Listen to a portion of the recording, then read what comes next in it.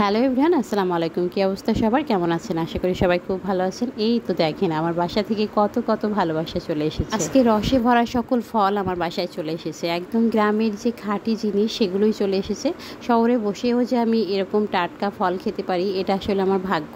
আর এই ভাগ্যটা কার জন্য জানেন? শুধুমাত্র আমার বাবা মায়ের জন্য। বাবা মা যতদিন আছে সন্তানের ততদিন কোনো চিন্তাই নেই, কারণ বাবা মার মতো এত ভালোবাসা আর কেউ দিবে না। যখনই আমার বাসায় আসে তখনই এত এত ভালোবাসা নিয়ে চলে আসে। সব সময় আব্বাকে বলি যে এত কিছু আনবা না, এত কিছু নিয়ে আসতে তো তোমার অনেক কষ্ট হয়, তুমি এত দূর থেকে আসো, একদম খালি হাতে চলে আসবা। কিন্তু কে শোনে কার কথা? কখনোই সে শুনবে না এবং কখনো সে খালি হাতে আসবেও না। তার যত না কষ্ট হয় আসতে, তার থেকে বেশি ভালো লাগে আমাকে কোনো কিছু খাওয়াতে পারলে। আমাকে খাওয়াতে পারলে তার যে ভালোটা লাগে, তার কাছে সেই কষ্টটা আসলে কোনো ব্যাপারই না।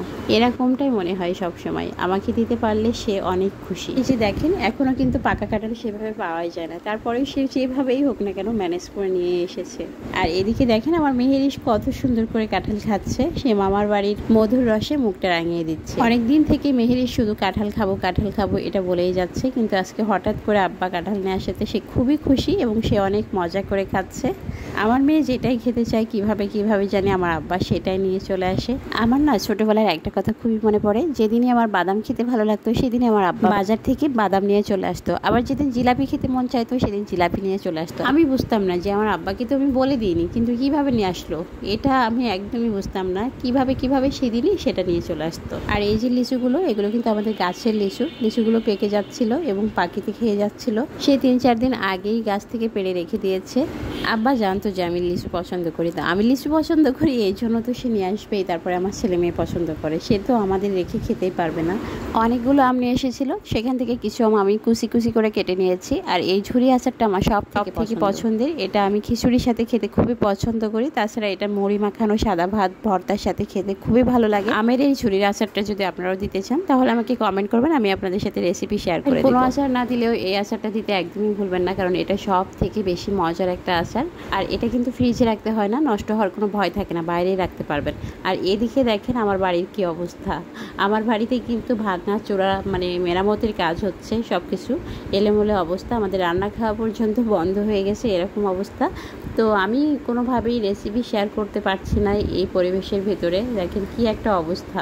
বাসায় রং করতেছে। এই ফ্ল্যাটটা আমাদের ভাড়া দেওয়া ছিল দীর্ঘদিন, 15 বছর ধরে একটা ভাড়াটিয়া ছিল। তো তারা এই বিল্ডিংটা এত নষ্ট করে দিয়ে গেছে, মানে এত পরিমাণ বাজে অবস্থা যে পুনরায় এটা মেরামত করা লাগছে। অনেক সময় ধরে এটা মেরামত করা লাগতেছে।